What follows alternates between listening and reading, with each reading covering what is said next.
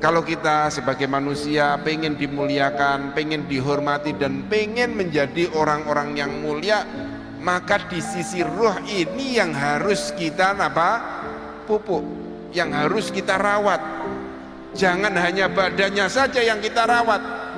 Orang sekarang enggak. Kebanyakan manusia sekarang itu yang ada di pikirannya bagaimana dia mempercantik, bagaimana dia memperindah tubuhnya, bukan rohnya. Coba sekarang itu masjid atau skincare yang ramai, ya kan? Masjid sama skincare itu ramean mana? Skincare. Kadang sampai antri.